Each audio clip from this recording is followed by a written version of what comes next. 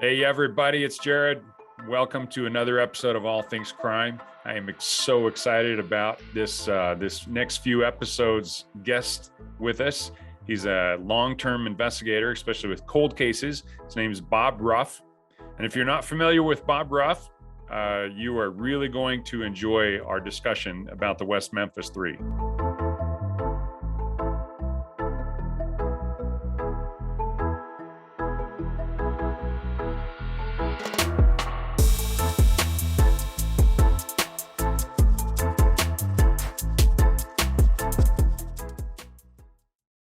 Welcome, everybody, to another episode of All Things Crime. I am super excited today to have an amazing guest, and I just wanted to bring in Bob Ruff. This guy has been around doing this thing for a long time, and he has a really interesting perspective on investigations because he started as a firefighter and worked his way all the way up to the fire chief, worked there for a number of years. And then he started doing podcasting. So he has some specialized knowledge on the West Memphis 3 case. And that's been in the news lately, and especially on Crime Online, which for all of you true crime fans, you have to be following Crime Online because that's kind of the newspaper about it. But Bob, welcome to the show. Thanks, Jared. Appreciate you having me on. Oh, it's my pleasure. And I also appreciate you having me on your podcast, Truth and Justice. So if all of you not only following my podcast, definitely follow Bob on Truth and Justice. His podcast is amazing. He's got some of the coolest people that I've listened to in a long time on his podcast. So really knows what he's talking about, and it's fun to listen to those kind of things. So again, welcome, Bob. And if you could just take a few minutes and introduce yourself, that'd be awesome. Yeah, so as you said, I'm Bob Ruff. I'm the host of the Truth and Justice podcast. I also host another show called True Crime Binge, where each week I interview another true crime podcaster, which you get to know them, their show. We talk about a case every week. And then, most recently, I was also the host and one of the executive producers on the Oxygen docuseries, The Forgotten West Memphis 3, that was born out of the full year investigation that we did on Truth and Justice on the West Memphis 3 case. Oh, which you did an amazing job, by the way.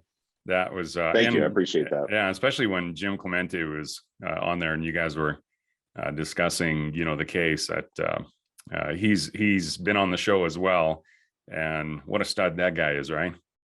Oh, Jim's amazing. I met Jim in 2015 when I was kind of new in the podcast space. And for your listeners probably know, he's a retired FBI profiler.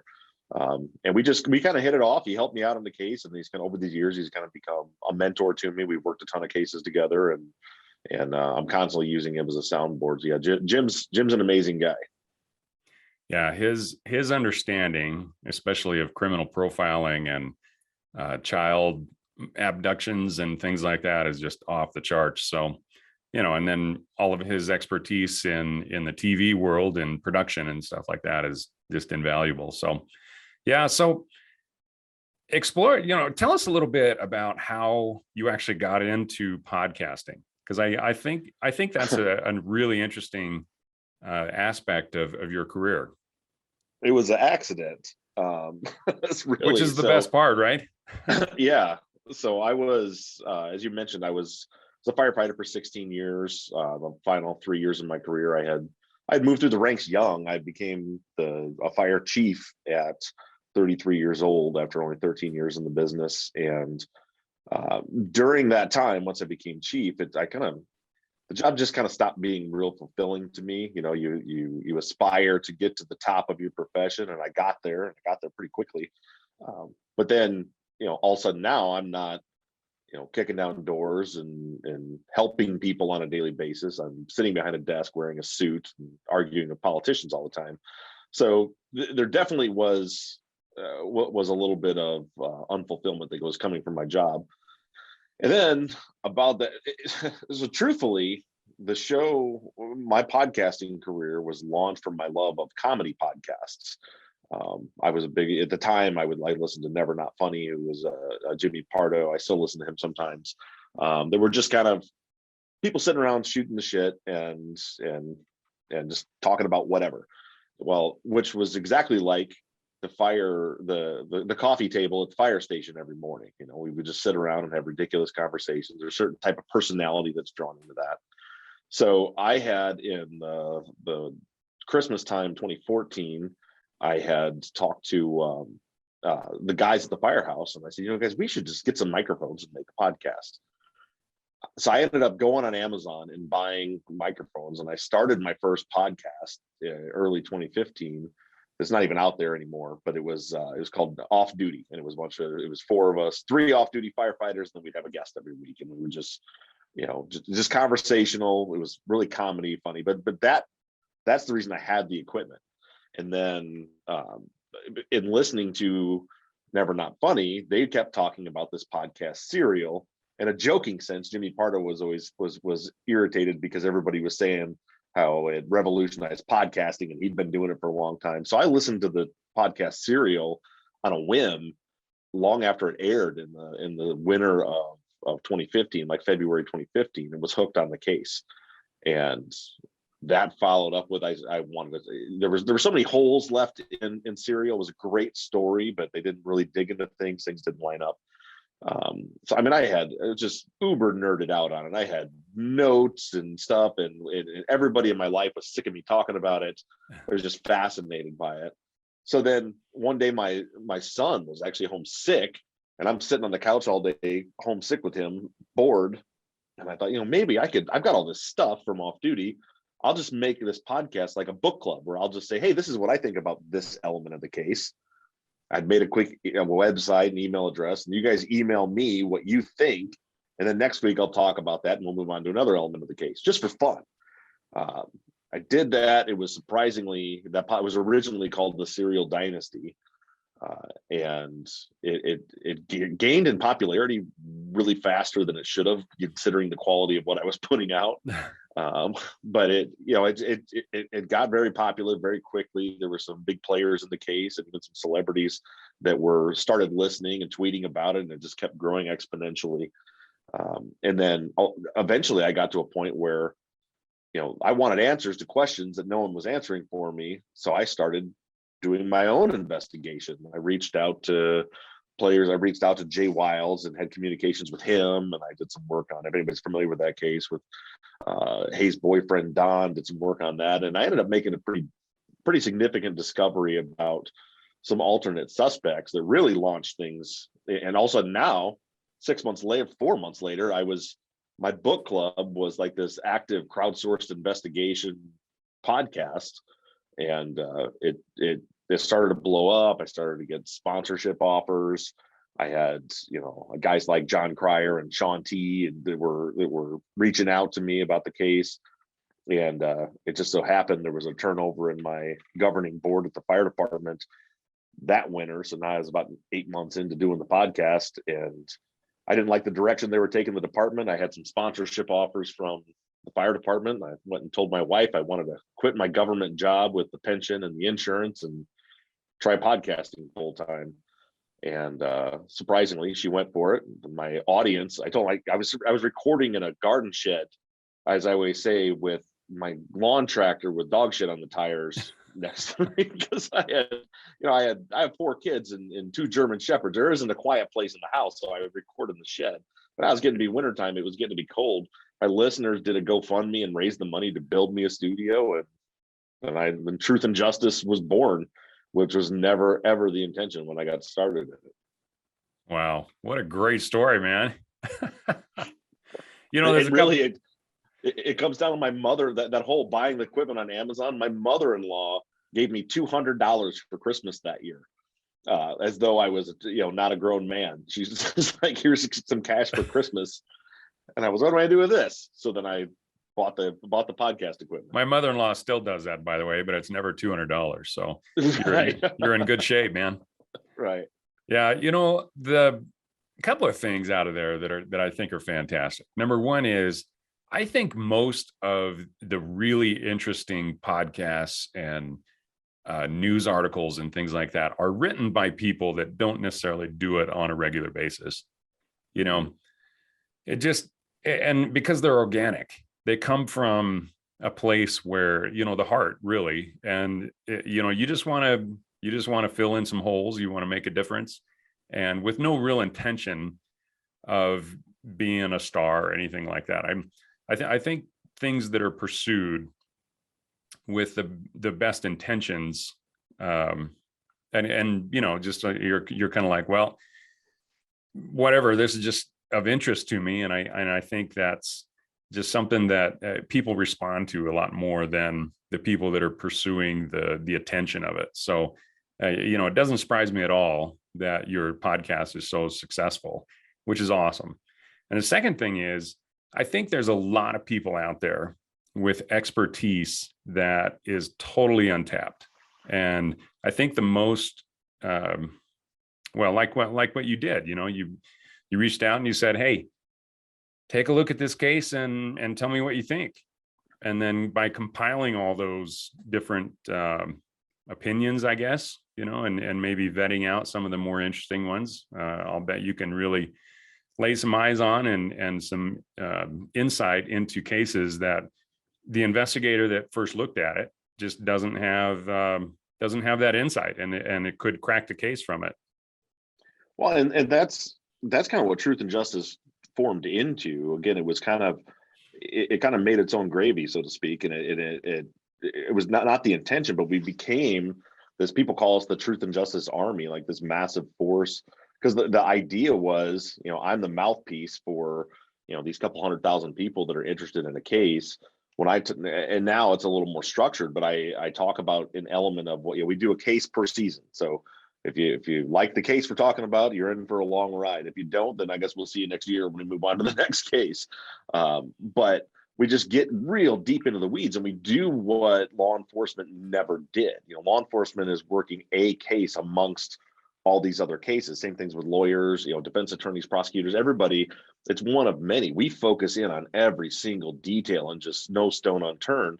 And then the idea was, well, I'll be the mouthpiece where I'll break this stuff down, and then I'll put all these case documents and materials and crime scene photos out to the audience. And then we're always looking for audience members. As we say, like, everybody has, like you said, an expertise in something, who is, desperately wanting to help. I feel like, as ugly as the world can be, that most people are out there and want to put some good into the world and want to do something to help.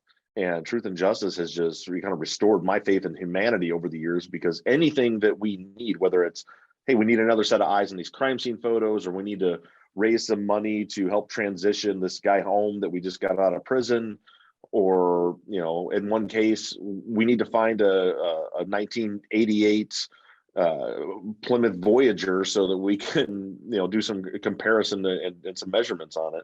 Everybody's just waiting for their opportunity to help, and they're just waiting for and they don't have to be a crime scene investigator or a cop. I mean, it could be they're an expert in appliances, and we need to know what are the odds of a particular dryer catching fire on its own. You just never know. Wow. Do you know Cheryl McCullum? I don't. Yeah, she's in Atlanta. She's a crime scene investigator there, and I've had her on the show a couple of times. Love her to death. She's amazing. And she said something similar to that. She's like, there are so many people out there that can just look at your case and they'll see something that you didn't necessarily see. And so the thought that only a law enforcement investigator, a CSI, or a lawyer, a prosecuting attorney, whoever, is going to see all the details of a case is just wrong. And right, trying to do things all by yourself is really it's really lonely, number one. And number two, it's impossible to do it, especially in today's society where you have so many different aspects, where you have to have a certain level of expertise, really, or at least working knowledge in DNA and fingerprinting and computer sciences and IT and all these different aspects. And I don't care how smart you are, you can't do it all. So right. And there's other elements to it that what we do cuts against the grain of the way lawyers and law enforcement officers have operated for years, which was keep everything close to the vest. We don't share things with the public. We don't want civilians getting in the way. But I mean, there are. I was working a case out of Dallas, Texas, a few years ago, our season 3 case, and a woman's just out for a walk and gets jumped and stabbed a bunch of times and murdered. No witnesses, no nothing. Well, on the show we have such a reach, and I was able to say, we're just looking for anyone that knows anything about this. And sure enough, someone knows something. One of my listeners' mother-in-laws lived in the neighborhood and drove by that morning and came forward and was like, yeah, the police never knocked on my door, but I saw there was 3 guys out there, because there was, in this particular case, there was one guy that was wrongfully convicted of the crimes. He goes, no, there was 3 looked like teenagers out there, and I thought they were beaten up on a bag of trash. But I think that was because when I got home, it was on the news that a woman was killed. So witness, the police never, and they wouldn't have known how to find her. How do you know that someone who lives 5 miles away happened to have just dropped off their kid at school that morning, right, and drove by there? But through the reach of social media and podcasting and things, we were able to find that person. It happens all the time. Not with just my show, with a tons of show. It's just because the space is starting to get filled up with more and more people doing what we do, and it's amazing. We're watching cases get solved left and right because of ordinary people. Yeah. Oh, absolutely. And I hesitate because there's 2 different directions that I think the true crime podcast is going. And one is the folks that they'll take a case and they'll do some kind of a deep dive into it, and where they don't have answers, rather than reaching out and actually filling in, answers that are legitimate, they'll just kind of put stuff in there and speculate. Right. And in my opinion, and anybody that's doing that, they could be compromising a case. And to me, that's the worst, as opposed to helping with a case, you're actually making it worse. And I think that goes back to what you mentioned at the beginning, which is the purpose. There's a lot of people in the space right now that are in it because they think it's a good business model and a place to go make money. And those are the people that are doing what you're speaking of there. Then there are the people who are out there because they legitimately want to help and think this is the medium to do it. And, but certainly with this industry, like any other, there's always bad actors out there. Yeah, which is sad. And I had a kind of an email conversation with a good friend of mine who she has a blog, and she's been doing exploring cold cases for years, and she's amazing. And she said, there's podcasters that have stolen her information, made episodes about it, and I'm sure they're really glamorous and they get lots of views and clicks and stuff like that. But have a little integrity. But most importantly, right. I think no matter what, this space has to revolve around the victim. And if we don't have the victim in mind and justice for that victim, then then what you're doing, you're not doing it for the right reasons. And so that's one of the big things that I wanted to make sure that I stayed in my lane, doing this video and podcast, and and exploring the process of it, and really how crime happens, why it happens, how it's investigated. And I think that's an area that isn't really involved enough because it's so diverse. But that's kind of where we're going, and that's one of the reasons that I wanted to have you on today, is because personally I think you have an expertise that a lot of people are missing, and I think it's a critical piece, and it's just it's fascinating what you're doing. So, but let's switch gears a little bit and actually talk about the West Memphis 3 case. So, okay. So first of all, how did you pick that case to start exploring? Well, the West Memphis 3 case was our 5th season. And prior to that, I did the serial case first, but then seasons 2, 3, and 4 were all cases that people had submitted to me. There were cases no one had ever heard of before, that we were kind of bringing into the public's attention. And so West Memphis 3 was a really diversion from the way I normally operate, because it was the exact opposite. It was a highly publicized case. At that point, there had been 4 documentaries, major documentaries made about it, but not to mention several, you know, as a part of several little docuseries and books and everything else. But what had happened is, you know, I'm new. Like I said, I'm a firefighter, was an arson investigator. You know, I wasn't trained as a cop or an attorney, even though now I sort of work in both of those spaces ish. But that's not my expertise by any means. So I was always trying to study and learn. And so one thing I started doing was trying to study known wrongful conviction cases to look for patterns and look for things that I can be looking for in the cases that I'm working on. Where were mistakes made? Where was there, you know, most wrongful convictions, which is my kind of field that I work in.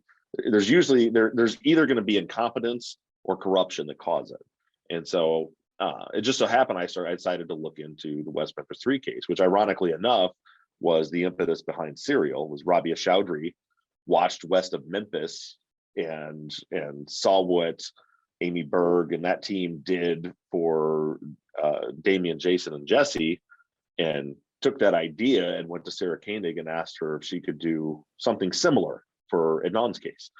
But I was studying the case, and you know, it's an easy case to study. There's books and all these documentaries. So I started watching the documentaries. I watched Paradise Lost 1, 2, and 3, and I watched West of Memphis.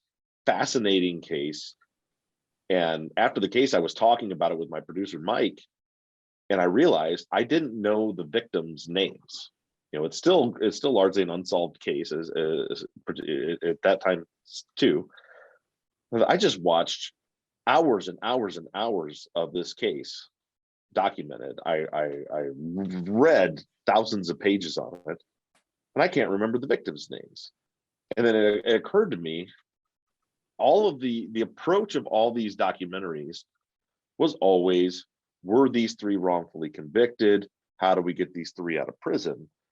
And there was never a focus on the actual 3 victims, which is, you know, is tragic in and of itself, because as you mentioned, they should be a big part of what we're doing. But besides that, you know, as I mentioned, Jim Clemente is a mentor of mine, and the first thing that he's taught me when it comes to investigations like this is that the most important part is victimology. If you're going to try to figure out who did something, first you have to understand the victims, understand who they are, how they act, how they would react, what was their state of mind at the time, where were their risk factors, and that will help guide you to the profile of their killers. Well, in this case, it seemed like everybody just ignored that all along. The narrative was, you know, here's 3 little boys out riding their bikes. They came across, according to West Memphis PD, came across a bunch of Satan worshipers who did some ritualistic sacrifice on them, which I think most people probably would agree that's BS. That's not what happened. But so then it's, well, they must have been 3 little boys out riding their bikes and stumbled across someone else who killed them. So I started digging into the case files, and I right away, because my first place I'm looking is any information that's out there in regards to Stevie, Michael, and Christopher, the 3 victims. And I found right away that's not the case at all.